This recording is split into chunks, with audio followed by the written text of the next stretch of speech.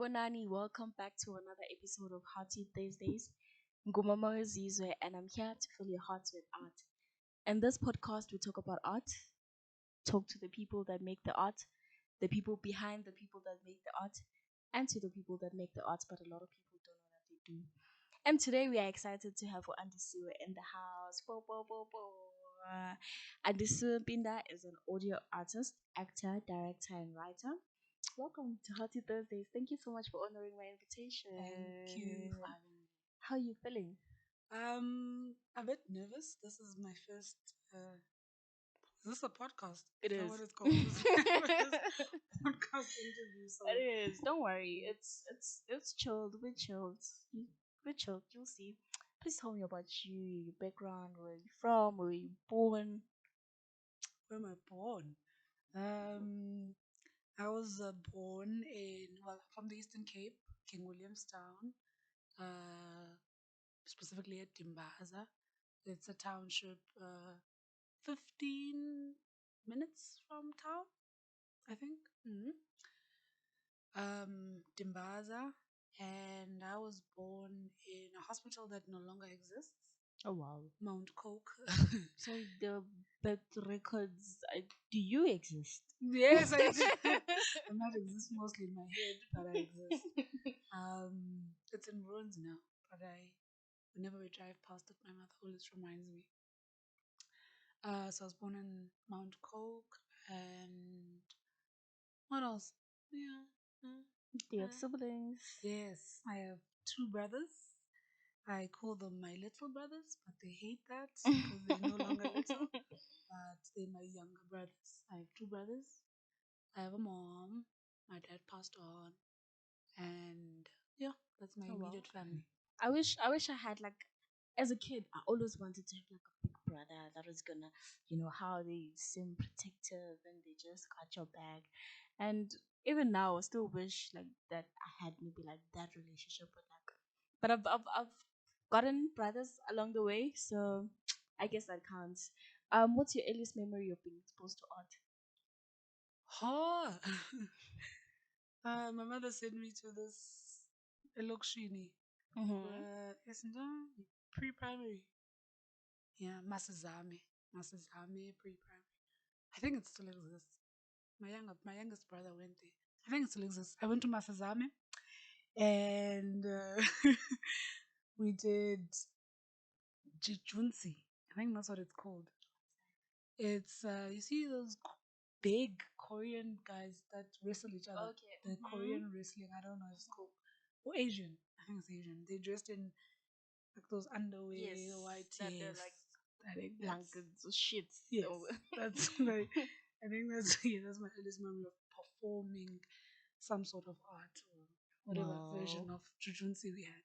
Oh wow, how was that experience? Like, honestly, I should be ashamed of this, but I think I didn't know about other races until I was like maybe in primary or something. No, I also didn't because when we were doing that, I was probably like five, 4, 5. So I didn't know what this was. You didn't really understand No, I it. just knew it was physical, it was performative, and we used to showcase to our parents. Um, Only when I grew up, only now, like in my late 20s, I was like, when I started seeing it, because then I started being really interested in Asian TV, Asian shows, Asian Mm-hmm. soapies, and Asian movies. And I was like, I used to do this, man. I know what this is. And then I was like, Yeah. oh, so I only made the connection later on. So Mm-hmm. when I was involved in it, I wasn't certain of what I was doing. Oh wow. I don't think I know my earliest memory of being exposed to art, because I feel like one of my guests was here was talking about how as black people we are just artists and we're exposed to arts maybe from the singing in church or whatever, but we don't really know that it's art. I don't think I have a specific memory, like a specific thing. I need to think about it actually. You went to Birds, what did you do and how was the experience? I went to Wits, yes. Do I still go to Wits? I'm still around Wits. um, so I went to Wits. I graduated almost 10 years ago. My honors equivalent degree. I did a BA in dramatic arts. Mm-hmm. I majored in performance studies and directing studies. I was exposed to a lot of other art forms. Um, I was exposed to fine arts, introduction to fine arts, music. There's this course that we took. I think it's changed the name now. It was FVPA, Film Visual and Performing Arts. It was a compulsory course for undergrads. That course exposed us to everything, like camera angles, what they mean, film. I think I'm a film critic because of that course. I think because when I watch films, I'm just like, I know so much. I'm always talking. And people are like, can we just watch? Can we? Yeah. So yes, I was exposed to a lot of different art forms, and what else? A lot of performance artists, a lot of what is this? Different aspects of the arts. Yeah. And when you told your mom that you want to go to university to do arts, was she open to it? Yeah, she had to be. Fortunately for me, I don't know if it's fortunate, but my mom is a teacher. Oh. She's been teaching in rural township schools Mhm. since she was like she started teaching when she was in her late 20s. So by the time I was born, she had been being a teacher, and then she took psychology at some point. Um, so she was really open. I think my That's nice. mom is open to so many things that she's not even aware of because of the different. I think this morning I actually was talking to someone. I was like, my mom, because of the learners that she had been encountering um, in her career, and because schools started having like LO and students, like there was a lot of talking around student problems, like learner problems and learner psychology and learner backgrounds, that she had so many children and she brought up so many children that she couldn't stop me from pursuing something because maybe it would affect me differently if she said no. Mhm. So she was really open. Took some convincing, but luckily for me, in matric, I was part of a school play Mhm. that had traveled, that had won, which she had been part of. Oh, She that's had been taking me to nice. rehearsals because we used to rehearse till late at night. So she was part of the process, and she knew more than just an audience member. Mhm. So she knew there was work behind the production and Mhm. all of that. So end of matric, when I said when I was invited at Wits for an interview, she traveled with me. Yeah. So That's really, really nice. I was accepted at Wits for performing art after matric, and my parents are it doesn't like, matter. yeah. And I spent like the last 3 years of matric trying to convince them that you can actually make money. Actors on TV make money. My knowledge also for like understanding arts was very limited, but I was just trying to do this research and and it never really worked. When did you realize that you actually want to do this thing? I wanted to do so many things. I'm still realizing that I actually want to do this thing. I'm still convincing myself. Yeah. And like deciding in high school, because most people in high school they want to go do maybe BA or some science degree or some finance degree or just typical stuff from, especially if you're from like a place that is not Joburg and like yeah. So how did you actually be like, actually I think I want to do this thing? They in matric when and during the school play, because Yeah. I'd been in school plays before, but that one, the subject matter was really touched me. I don't know why, because it was about war. I'd never been to war, but we were following. I went to a girls' school, Okay. weirdly enough, but our play was about a guy who who goes to war, Wow. and the whole mental um, state, his mental state Oh, to that's represent. interesting. How's a matric, man? Like, listen, I don't even know. I didn't even do history. I didn't even know. I didn't even know about much about apartheid. Mhm. I didn't like. Well, I knew much about Hitler and and Frank because Mhm. of the documentaries watched in white schools. But anyways, but I didn't know. But we had the subject matter that touched our hearts, and at that point we were not questioning sexuality because why are girls representing a guy and a guy's mental? But yeah, Yeah. so I think there I've always known that I had some performative elements to my being. I commanded listenership with my voice and my presence. And so when I was on stage, it was always thrilling. I projected way before I knew what projection was. I Mhm. knew that if I'm on stage, my voice had to travel. So I knew things that I wasn't aware what they were. So I suppose, as you said in the intro of the show, of the podcast, that another artist that you interviewed mentioned that I don't know if it's as black people, but we are artists without knowing. Yes. True. So I've always been a True. performative artist and without really knowing that this is it. So that play I think really gave me the plus it was a matric.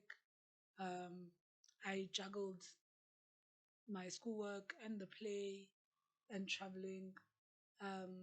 And I needed to make a decision. Mhm. And then I was invited for an interview from an essay that I wrote in my application. I came for the interview the year before my first year, and I was accepted. So it was like, Oh, that's go. It just became a thing. It flowed. nah. Yeah. That's really, really, really, really nice. You're a lecturer. No, no, no, not. What am I? I work with lecturers. I work with students, yes, Mhm. but currently at WITS, I'm a traineeship coordinator for a course. The department I work in is Cultural Policy and Management, CPM for short. That's where I'm trying to finish my master's. Oh, So okay. I'm student help. So Mhm. that's how I became traineeship coordinator. Oh, that's nice. Mm. And your master's is what's your research about? My research, which is on hold, is on sustainable collaborations. I'm for. I think as I'm for like independent artists Mhm. working by yourself, doing a number of things to Mhm. figure your art form out. I'm for that. But I've been exposed to so many groupings of people that I don't have to be a photographer in a space if I need a photographer. I don't Yes. have to be I don't sometimes I don't even have to be the performer. If I see something, um, if I envision a performance and I can just be the director, really. And so just coming together to make one thing work, I think for me that's like yeah, so I'm in my master's research, I'm exploring how these groupings, whether informal or formal, how they are sustainable and Mhm. how they can be if they are not. Oh, that's nice. And I'm for collaboration. Eh? Mm. I'm for it makes the work to be not easier but to just flow also. I have a friend who always says you don't ask for help, just know that you don't have to learn all these things. You can always just ask, you can always just reach out. And yeah, he is graphic designer and he's looking into branching into IT and stuff, but he would always be like, you don't have to learn all these things, like how to make a poster, how to just reach out and you're gonna. And then I didn't have to learn how to camera, sound, and all of that because I was just like, I actually want to do this thing. And he was like, yeah, sure, let's do it. So collaboration really, really does enable you to do stuff also, stuff you could pay for and source skills and whatnot and whatnot. How was the transition from where you from to Joburg? Like the first time you got to Joburg. I think I get to Joburg every time I come back. It's like new every time. Yeah. I think it's yeah. Weirdly enough, yesterday I was talking to a friend of mine about a brand that that I was in high school in Grahamstown, Mm-hmm. and then a friend of mine had come to Joburg, and she went to uh, Slicker was in a group. It was a squatter camp. She went to a squatter camp performance, and then she came back with a T-shirt, Yama keep. And then we were like, Oh. oh, dope. But I was like, okay. I see it was grand and everything because I'd never been then. I was like 2006. I was in grade 10. I'd never been to Joburg. Mm-hmm. Actually, I have been to Joburg. I was telling my friend, he says, I have been to Joburg. I went to the Dome. I was in a choir. I was in a school. I was in the Oh school choir wow. in primary in grade 7. Yes, I was in the choir. We went to the Dome. But we traveled like late in the night. I think we arrived here late in the night. But that thing of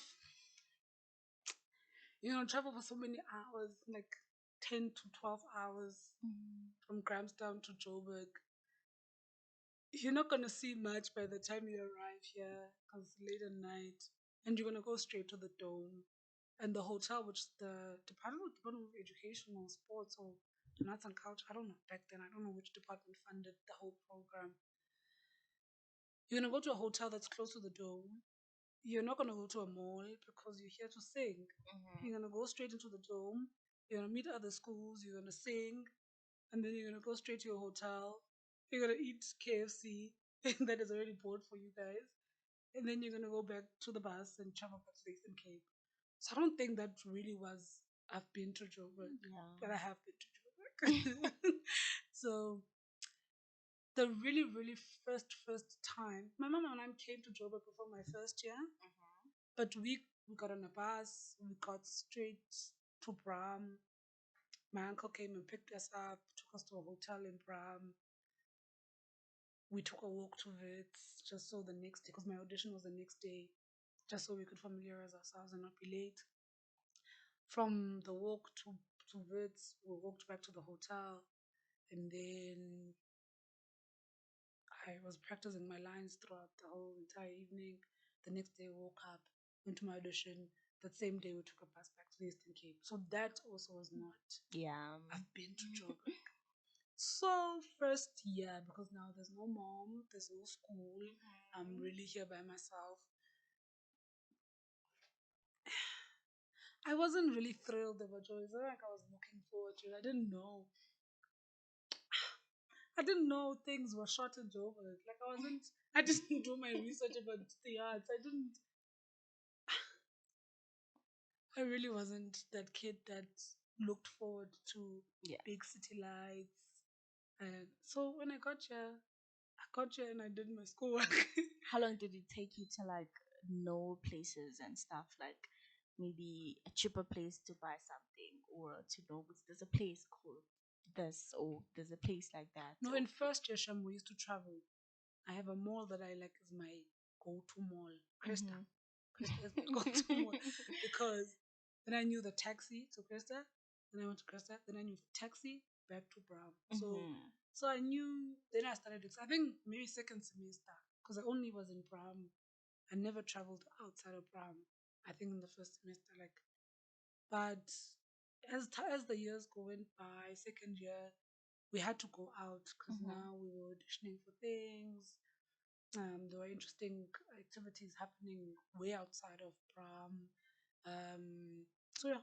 So I think after second year I was familiar enough. Well, it took me because I got here 2019. Mm. The whole of 2019, I didn't know nothing. Mm. I didn't know where what was. I didn't know where. I only knew that a taxi to town is gonna leave me by Wanderers. From that street, I walk down to Wanderers, taxi rank. I take a taxi back home, and from home, I'm gonna come back, get off at Wanderers. And I think for the first two times, I would Uber from Wanderers because I didn't know where to get taxis to Mm. Brixton. So it was just like it was a struggle. I only started knowing where things are, I think, late 2020. So 2012. yeah, so it Wow. was like almost 2 years later. Um, Saints and Sinners. Tell me about that experience. How was it like? Saints&Sinners. Saints&Sinners was what year? Things are getting to like 10 years ago. But I'm not there yet. Saints&Sinners was my first professional. It was the first time I exercised being a professional actor, sort of. I'd graduated, I think 3 years prior or 2 years prior. It was good. It was good. It was really good. I enjoyed it.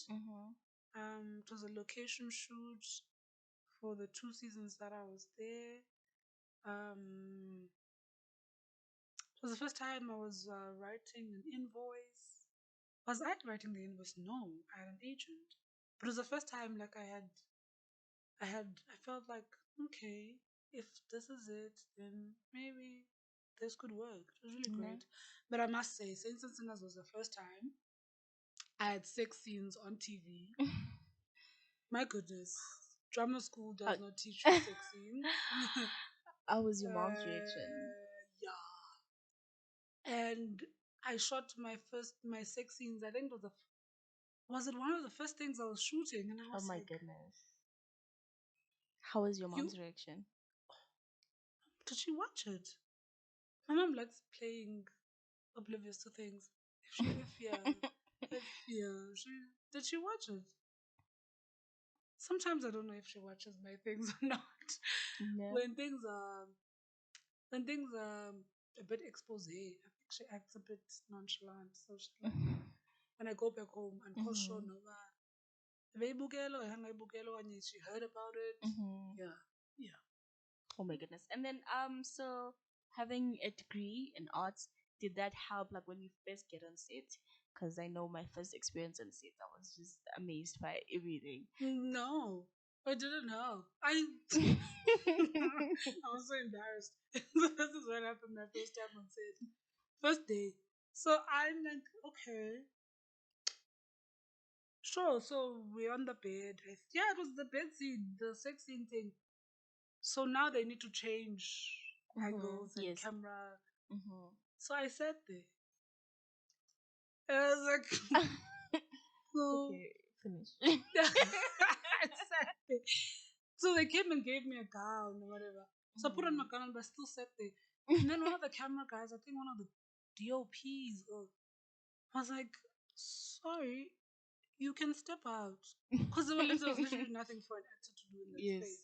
And no one, my co-actor, I don't think he wasn't aware of my lostness. Because my co-actor had been on TV. But I don't think he was aware. Also, you're not aware of other people in that sense, especially when you have your own lines and it's like in your own process and all of that. So he really did leave me behind, and I sat there and I was like, people are gonna move. Wait for you. Just finish.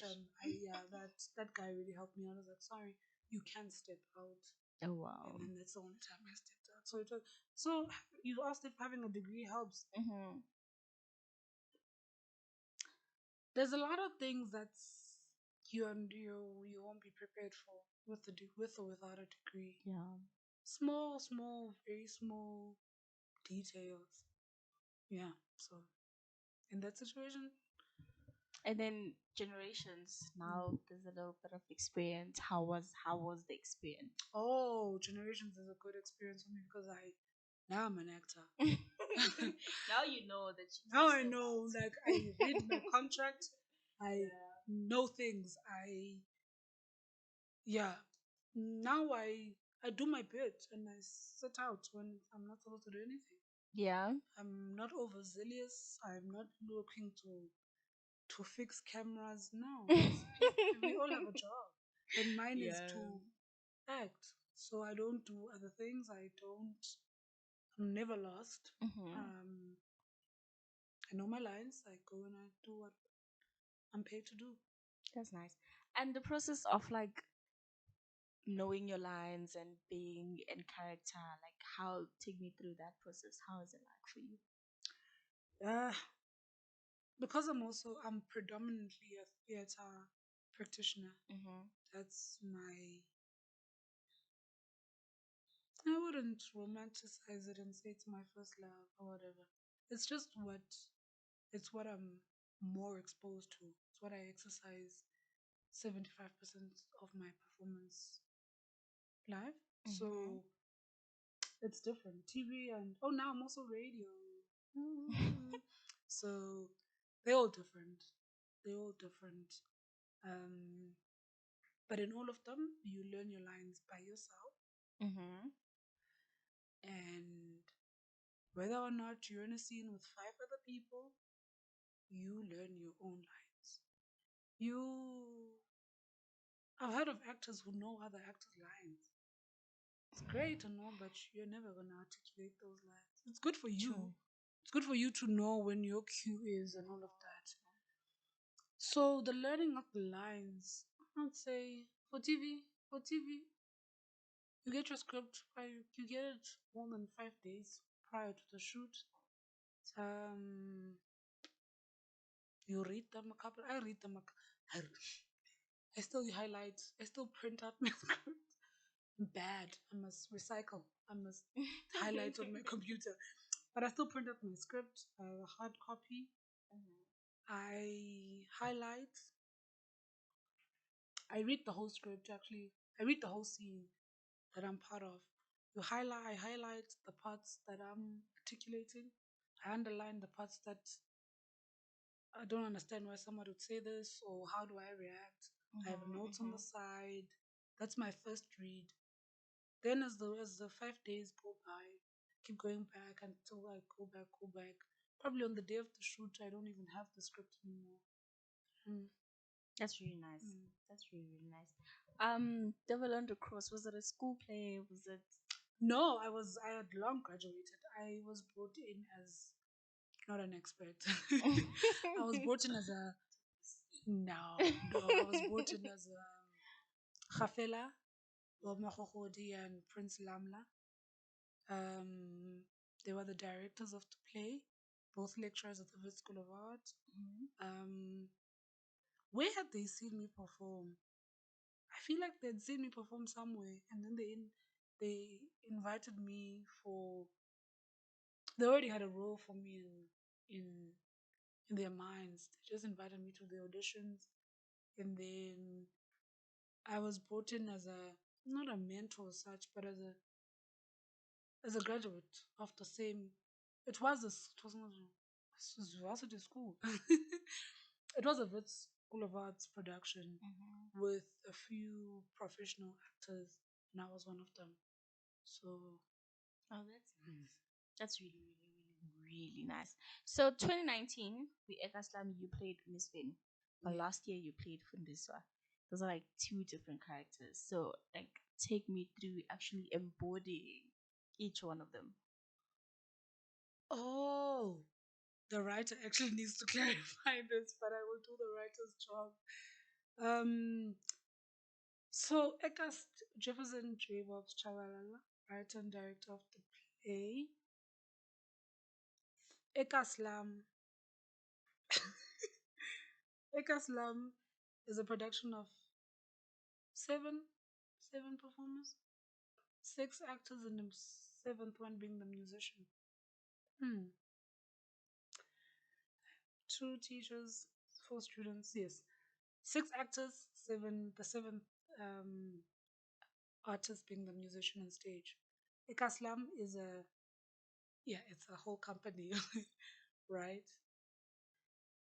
Then because Jeff likes to write and just writes as if I think somebody needs to write for Jeff so that he can also perform these long things that he expects people to.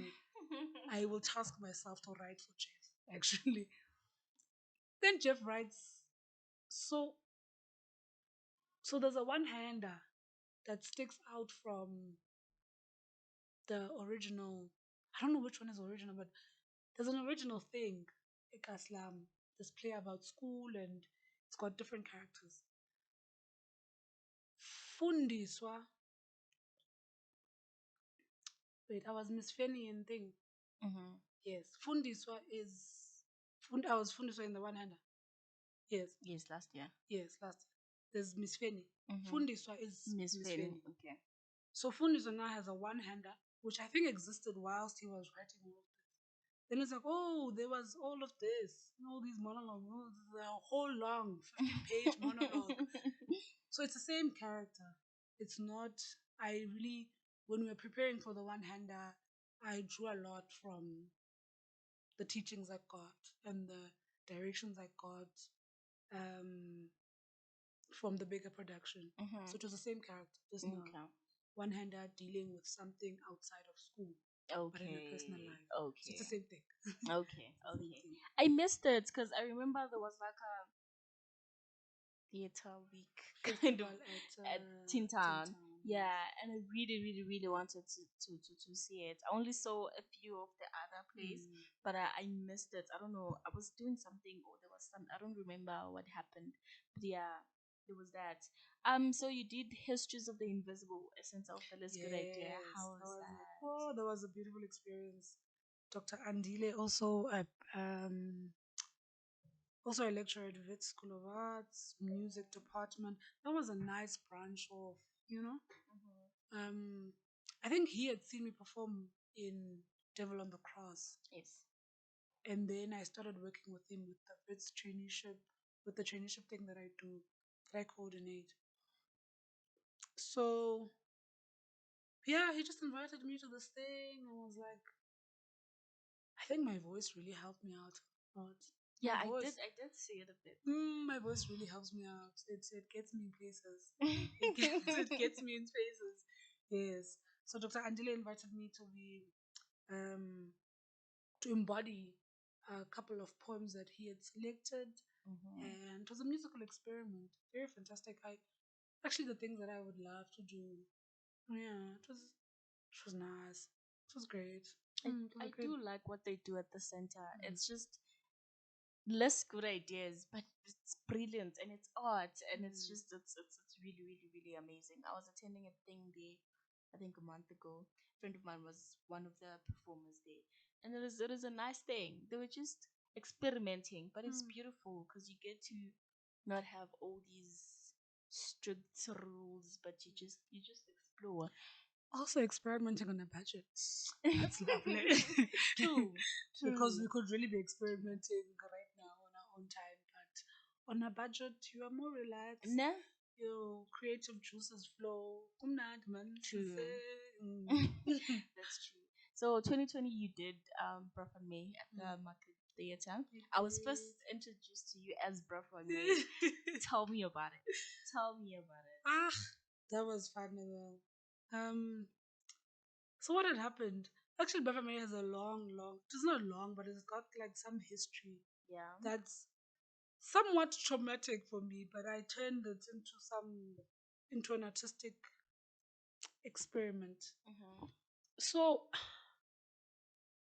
we might not see it today, but visually sometimes I'm not very, but I think I'm masculine appearing or I'm boyish appearing. I wouldn't. Yeah, I don't know. Maybe I look so much like my dad. Maybe I'll have a performance where I undress and I really just look like whatever the world thinks I look like. So I don't grow my hair, and sometimes I don't comb my hair, and sometimes I don't put on earrings. Sometimes I don't put on a hat, and then most times I look like my brother's keeper. you know, so so So I have like a wild surge of just men approaching me as if I'm a guy. So it's like, except Ra, what am I supposed? Also, I don't dress very feminine. If there's a Versace, I don't. It's rare that you'll see me in a dress or in Mm-hmm. very nice girly clothes. Mm-hmm. Um, and the art space has really messed me up because I didn't. For me, it's not everybody that does this, but once I learned about the old black, theater black, neutral black when you come into a space, so that Mm-hmm. once I learned about that, I just took it on forever. So I most of my clothes are black. Most of my nice relaxed clothes are black. And so there's nothing that says that shines and says girl in whatever way or whatever, whatever girl is, whatever. It's because it's not that. You can be whatever you want, dress in whatever color you want to dress in. Whatever. So, but there's this year that I'm like, what's going on? I get that I'm tomboy, appearing and whatever. Get that. But now men are just greeting me. And then when I go to the garage to put petrol, first instinct is to say, except bra, show bra. And I'm like, at some point I used to like just touch my tits and be like, and then they'd be shocked, and then they'd be like, oh. But now I was like, yo, I'm dala for little, and I can't be saying this is what I am. Yeah. So and then I speak to Jeff about it, and Jeff was like, no, you don't look like a guy. But of course, the guys that I hang around with mostly and I work with, they don't see me in that way. Yeah. They know that They you're a know girl. me, so when I appear, they're not thinking twice. But the rest of the world thinks twice when they see me. So I tell him about this, and then he's like, yeah, I think you should write this for this. So I start writing for this guy, and this guy is misogynistic, and this guy is pro-black and very, what is he? Loves black men, is for black men. Because that's what it felt like. It felt like men were just validating themselves through me. And I'm just like, but I'm just a girl, just in pants and a baggy t-shirt. It's not my fault my tits didn't grow. Ne? It's not my fault my cheeks don't look rosy. So started writing for this guy, and this guy was a thing, and this guy has his own shows. So that's how proper He's popping. It's happening. Yeah. It's happening. Please tell me about Monologue Mondays. Oh.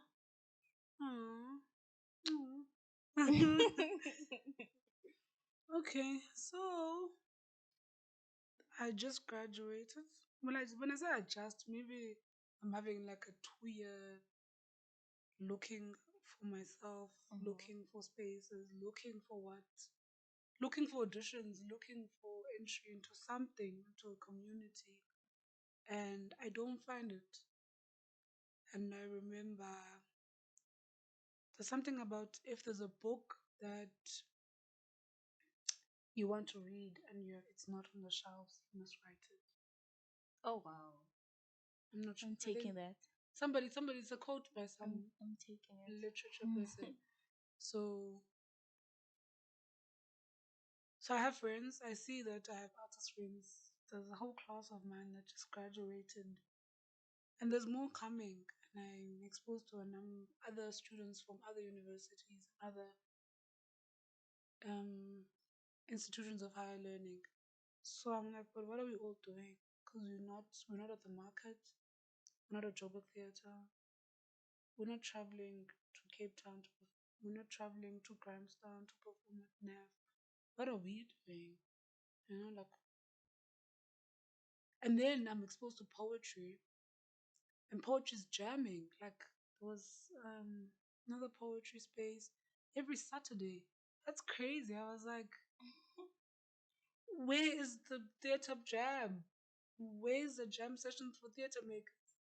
It's gonna be hard, I discover, but I'm just like, it needs to be done. We want to say monologues. We are great at monologues. We must find monologues and say them. Where are we saying them? And people are like, no, practice monologues at home. No, no, we don't want to be practicing monologues by yourself. We've done that for so many years. And of course, you will continue to do that because you read monologues. It's what we do for preparation for future characters that we don't even know. But you want to play with other kids. And so I'm like, okay, I'm going to do this. I'm going to organize this. Sure, it shows me flames, but such is life. I choose Mondays because then other people could come. Other professional actors could come because Mondays is I think it's in South Africa, or I'm not sure if it's a whole worldwide thing, but there's a theater in the dark. Yes. So there's no theater production, there's no rehearsals, there's nothing on Mondays. So I'm like, let's use the Mondays then to come jam because where are we jamming? You know? And so I organize Monologue Mondays once a month. Um, we gather, we perform for an audience. We rehearse the other 3 weeks prior to the week of the performance. Mm-hmm. It's themed every month. I have a lot of friends that get involved. Um, I was lucky. I had a lineup every month. Every Good stuff. Monday, I had a lineup of more than 5 actors, Oh and people wow. have rehearsed whatever theme we gave. Um, it starts being a thing.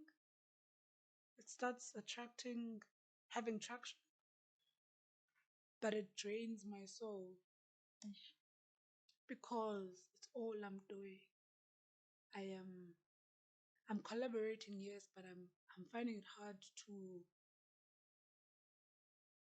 to dish out roles and to dish out responsibilities to other people because I'm so scared that it's not gonna work. So I'm doing the poster, I'm confirming the lineup. Sometimes what am I doing? I'm directing the performances. Sometimes I'm performing when other actors pull out. I'm securing space. That takes a while. And I'm doing this for 3 weeks to make sure the other Monday is ready. It's just not sustainable. It wasn't sustainable. And then people say, are you registered? Are you an entity? I'm like, when? I'm doing the How? thing. Like, Yeah, I get it. Yeah, I'm gonna get funding. I'm gonna be, but when can yeah. somebody else register it? I'm like, I'm doing the thing. I'm performing, directing, drafting the poster, sending out now the social media. I'm social media marketing. When am I going to register and be an entity? When?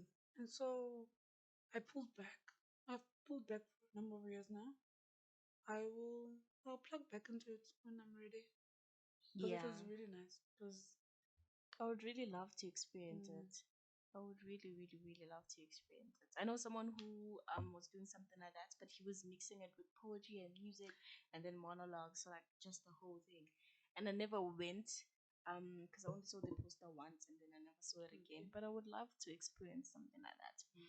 So Camagu forever. That's your beautiful, Mm. beautiful baby. Tell me about it. How did it come about? Where is it now?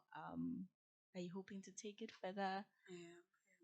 So Camagu Forever is also coming out of all these things come out of some tragic story. So Camagu Forever, I'm chilling with a friend of mine. Um, as semi-professional as I am as an actor, it's hard. It's like you don't get as regular auditions, you don't get cast as regularly as you'd love, and to sustain your livelihood. So I always find that for the past couple of years, I've been finding that I have a period, Jan to March, where it's just quiet. Like artistically, it's just there's just nothing, nothing that I can plug into. Because I'm sure other people are working, but I'm not finding the ins. So I'm chilling with a friend of mine, and we're just talking. And they've known me for a number of years, so they always motivated me during that time. And then so my friend starts saying sayings like weird um motivational quotes like Camagu, we were making fun. Like Camagu back and forth. Like we're gonna be fine. Like Camagu here, Camagu there. Yeah, because it's like Camagu in an extension of word. And then he says Camagu forever. And then I'm like a very entry level designer. Like, because I used to do fine arts when I was still a child, so I'm good with mixing things and Mm-hmm. with my hands and drawing, and now with technology, I'm good at. I do posters a lot, so I'm good. I'm just with a lot of consultation, I can like produce a Mm-hmm. beautiful looking poster. And so my friend says these things, but then I leave my friend's place with the Kamako forever, and I'm like, yeah, this It's the just as a thing, just it just calmed me. It just made me feel like, yeah, we're gonna be fine. And I said to my friend, we should write, we should have t-shirts. Written Camagu forever. And then I think my friend thought I was kidding. I wasn't kidding. um, so I went home, started designing Camagu, started writing, and then not writing really, but like on a software, online software. So I started writing, and I had a few options. I consulted with a number of designer friends of mine. They were telling me to space out the letters, to use a different font. And then, bam, last year, when is Mother's Day? May. Yeah. May. Yeah. We had a performance at performance market thing at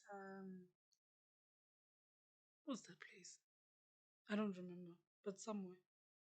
And I had a t-shirt and one sweater. I one t-shirt, one sweater. And then it was like, it looked good. It looked so good, and then just made sense. And then I've been selling t-shirts ever since. Oh wow, that's really really nice.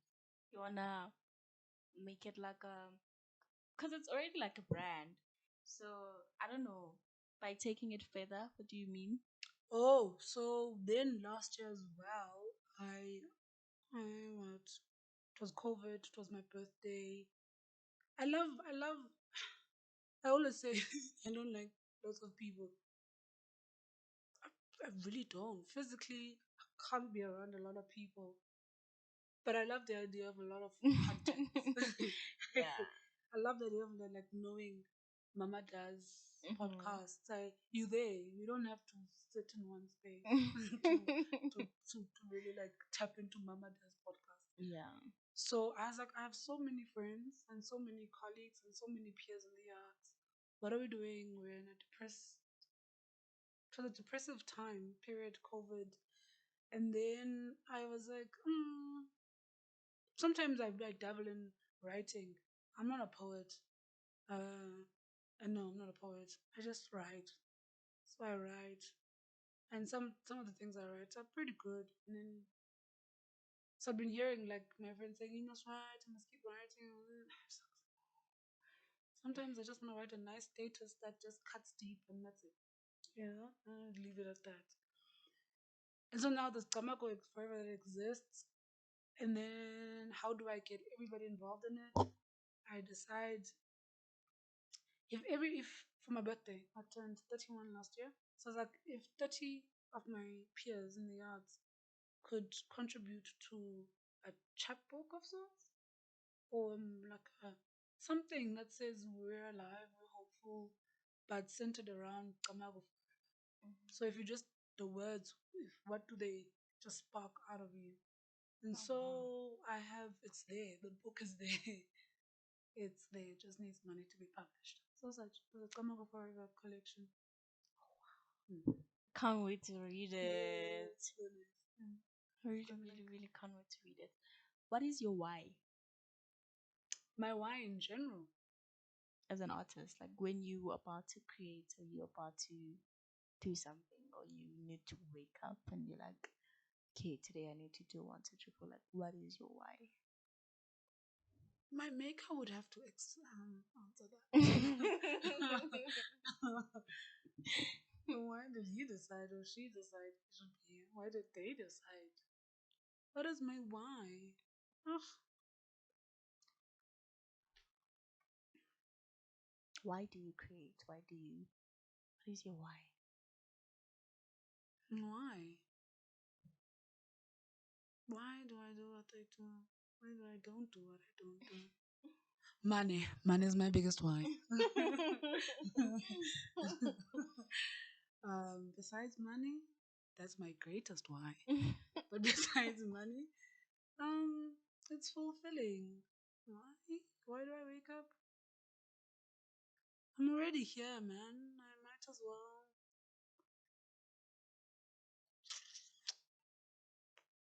It's to feel alive, to not feel more alive than I already feel. Sometimes I feel too much alive, and it's not necessary. So it's just to it's to answer my purpose, I suppose. To get closer to that answer. Mm-hmm. Um, so there's a grander why, and I'm not looking to answer that one day in one go. So every day contributes. Every project I'm part of. Um, some projects really distract me from my why, but the ones that are in line with fulfilling my purpose, those ones get me closer to the grander why. Okay. Do you think creatives are getting the right opportunity, recognition, and respect? What are creatives? Someone that creates, whether they it's a painting, whether they write, There's whether too they many of act, us. whether There's they too many of us. There's too many of us, too many disciplines.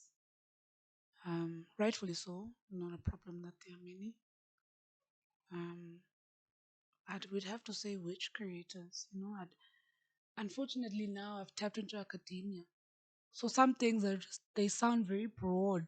And then I'm just like, but which field are you talking about? actors.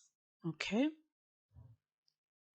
Which actors specifically? You know, I want us to, it's bad, but this is part of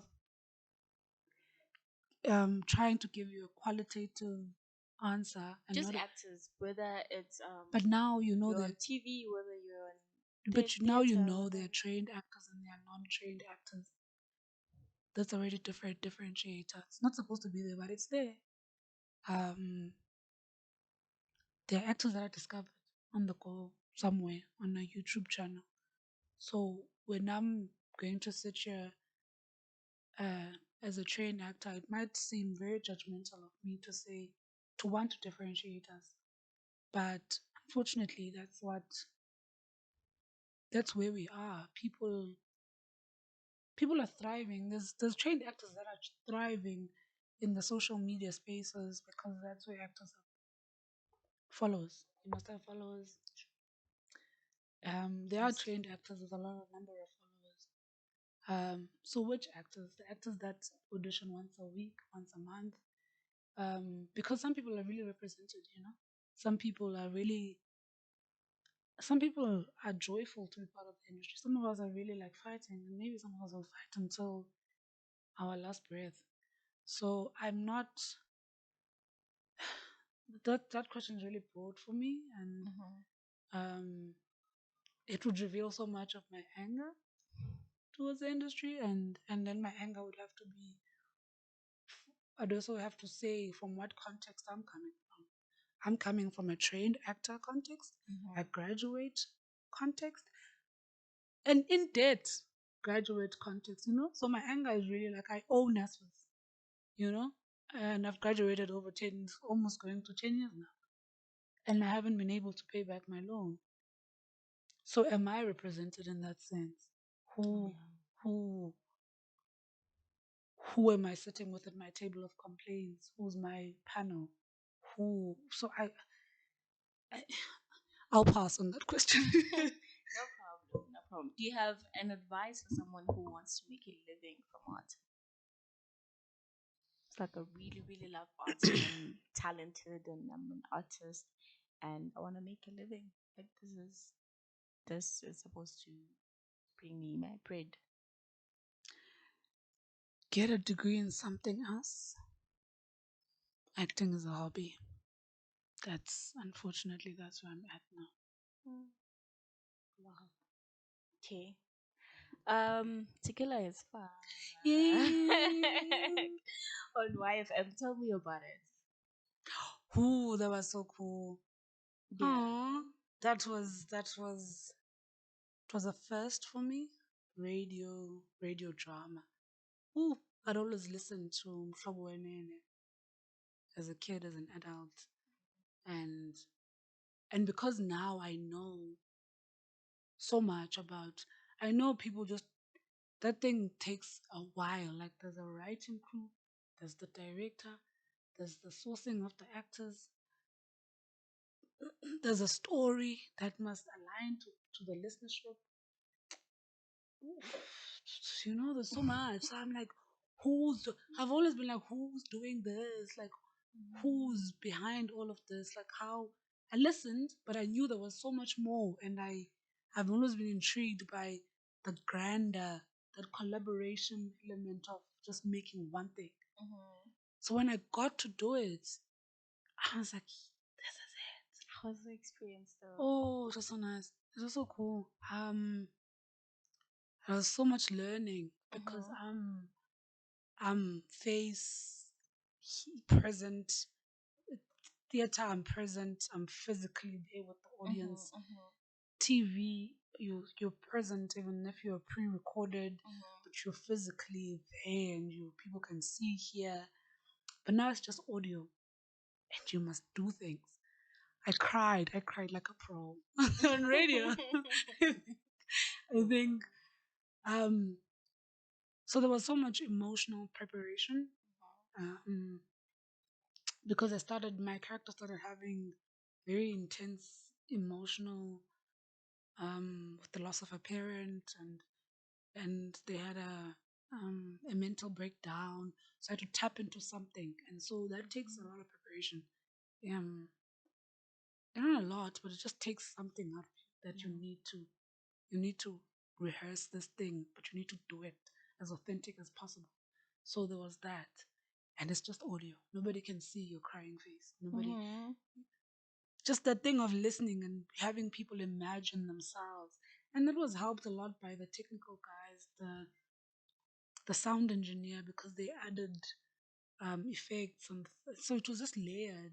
By the time I heard um, one episode, I was like, oh, this is it. And when you hear them together and you just the whole episode, it's like, oh, with the different scenes that maybe you're just recording number three of eight, and then you hear the whole thing from one to eight, you're like, oh, this is cut and paste audio production. This is, yeah, it was great. Oh wow. And how did you become an audio artist? Like how did you ever want to do it? Did you apply for it, or did you were like, you know what, this is cool, I wanna explore it?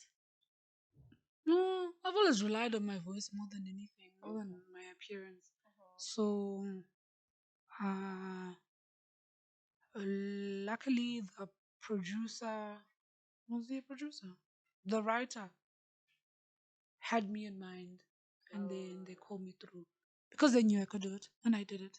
Hmm. So, yeah. So like, how do you prepare for that kind of session? Is it the same as preparing for TV or for a theater play, or does it require different stuff? Yeah, yeah, I think having been exposed to the three different forms, theater, TV, and radio, they all have scripts. They all require reading. They all require highlighting from me. And they all require notes on the side. Um, and some rehearsal time, of course, and a lot of rehearsal time. But for radio, as I'm saying, nobody can see you. So your facial expressions, you're gonna need to vocalize those. Yeah. So that was like you had to vary, like give different variations of your own voice. Mm. And this is not accent work. This is not um, just how you pitch certain things. Because you could be saying hello, but are you crying when you're saying hello? Are you happy when you're saying? Are you smiling? Can't see And that you. nobody can see you. So your hello must. And when the director would say to you, "I don't believe you," you just had to stop, record another version. I don't believe you because he doesn't believe that you are actually smiling right now. You say just one word. So yes, Mm. there was a whole lot of preparation. Emotional. It was theater is really emotional when the whole thing takes on in that feelings trajectory. But radio was a bit different. It was you had to pitch differently if you were not believable. Oh wow. Do you believe that art is supposed to heal, teach, and bring change? Do you think art is more for you or for the next person? I don't want to prescribe. Art is not psychology. So don't, please. Art is not, even psychology can't heal you 100%, you know? Mhm. Art is not, I, this whole kumbaya art is supposed to bring us together, a rainbow nation.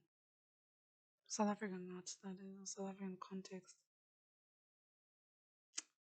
That burdens art, and that forces us to sometimes like move away from our whys, because now we're trying to fulfill a grander purpose that is not. Art can heal, art can unite, art can answer a number of social problems, but that's not. I don't personally think that's the purpose of art. Um, What do you think is the purpose of art?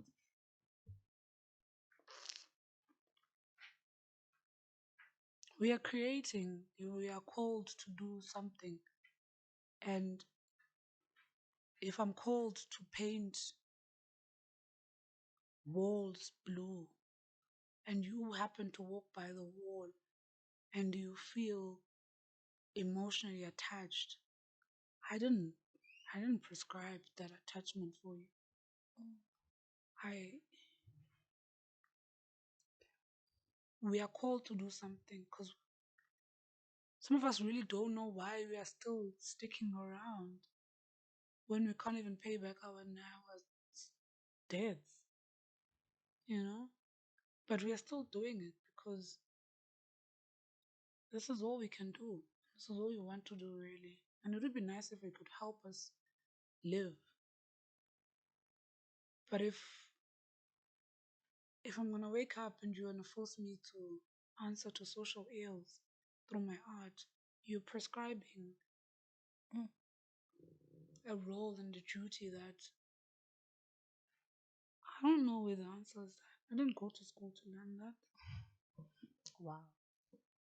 Wow. Okay. That just gave me a whole different perspective. And that's amazing. Where do you see yourself professionally in the next 5 years? 5. I'll be less than 40. 40 under 40. 40 and 40. uh, where do I see myself in the next 5 years? Where do I see myself in the next 5 hours? Where do I see myself in the next 5 days? Where do I see myself in the next 5 months? In the next 5 years, that's 12 times 5. That's 60 months. It's a lot. If I save 100 rand every month, um,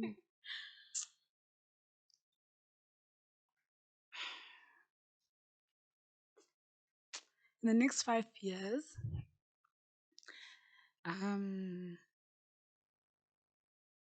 I see my peers. I'm gonna see myself, but I see myself amongst others. So I see my peers succeeding in projects that they want to achieve and want to succeed in, and as per my peers' success, I also see myself succeeding in my projects, and I see each other plugging into each other's projects. Because if I look back 5 years ago, that's that's what's been happening. So I think it's going to continue happening as such. So I foresee a lot of collaboration. If we travel in a group. If we're putting on shows, we're putting on shows together. If we're designing things, we're designing things together. It's If I look back 5 years, that's what has happened, and I hope that is what's gonna happen and more of in the next 5 years. Wow. I was saying I really would like to have friends like that. I feel like I'm that kind of friend. Like I just want the best for the people around me because also I can see how much work they put in. I can see how talented they are. I can see how good and how great they can be, and I just want them to be good. Honestly, do you see yourself exploring other things like maybe producing your own film, doing some AD, doing some sound? Yes, I hope I do. Yeah. I hope I do. Oh, that's I hope nice. I do, yes. Because I've seen some great films and I'm just like, oh, they've inspired me to think that I can tap into it. So yeah, That's hopefully nice. next 10 years. So I have 5 questions. Don't overthink them. Okay, Just give me quick. the answers. Yeah. So favorite memory? Favorite memory is of me traveling to Morocco with my best friend. Ooh, we had Oh, burgers, yeah. very expensive burgers in Dubai. We had a layover in Dubai, and we legit saved money and we went to Morocco. Yes. That's dope. My friends and I are still trying to go to just around The country. Gauteng, just something, yeah, yeah. But I hope it's gonna happen. I Mm. really hope it's gonna happen. Acting or directing? Acting, Acting. TV or theater? theater. Two people you wish to meet? To meet. Now you see now. My favorite writer, Ama no, no, not Ama Edu, but I also wish to meet her. Ama Edu, I wish to meet her. Sefi Atta. One prayer that must be answered. Money. Pay my debts. God, ancestors, please. And how do people get a hold of you? How do where do they see your Don't work, get a hold of me. social media? Where how do they find When I you? pop, I will pop. You'll just find me. You will see me. You will You will just see know. me. You will see me. But there is Camagu Forever on Instagram. Yeah, it's on a hiatus. So am I. So, Oh, but okay. it'll just Camagu forever. If you just say Camagu forever, people will say ants. So you'll find me. Okay. So I have another game. Just 5 things. Mm-hmm. So I'm gonna give you a fact, and you're gonna give me whose fact it is. Who's fact? Yes, out of the five favorite artists that you sent me. My favorite artist. Okay, Yes. okay. Okay. So I'm not gonna use he or she because that's gonna give you a Okay, clue. yeah. I'm just gonna use they. Okay. Yes. So they started creating choreographies in 1987 while they were in a youth association in Soweto. Greg Makoma. Oh wow. Okay. So they took the film industry, if not the entire world, by storm in the year 2019 when they had a movie called Parasite, which became the first South Korean film to compete for Academy Awards and the Oscars 92-year It's history. the two Asian guys. I can't pronounce their names. It is. It is. So they merge poetry, hip hop, comedy, and traditional dramatic arts to communicate nuanced and far-reaching stories. Tobe and Fat. No, Really? no, it's not. They merge what? They merge Huh? poetry, hip hop, and Jefferson comedy. Chabalala. Yes, yes, it is.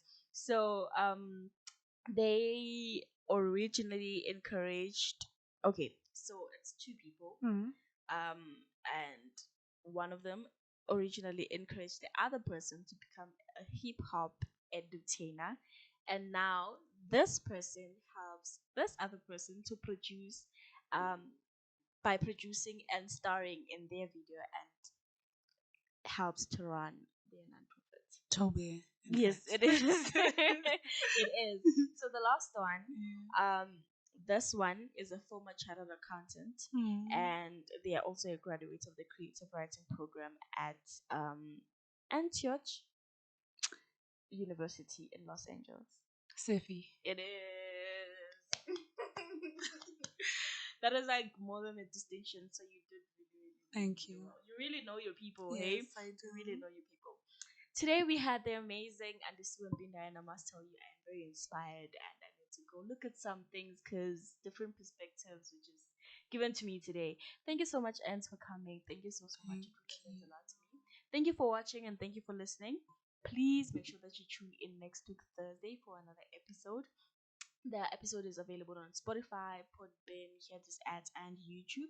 Please make sure that you subscribe, like, comment, and share. If you would like to advertise your product or brand, you can email us. If you want to be part of the community and would like to find potential collaborators, do send us an email. The email is mamaforwork@gmail.com, which is MAMMA, the number 4work@gmail.com. Go Mama Wezizwe Sibia, and I hope I'm leaving you with a heart full of art.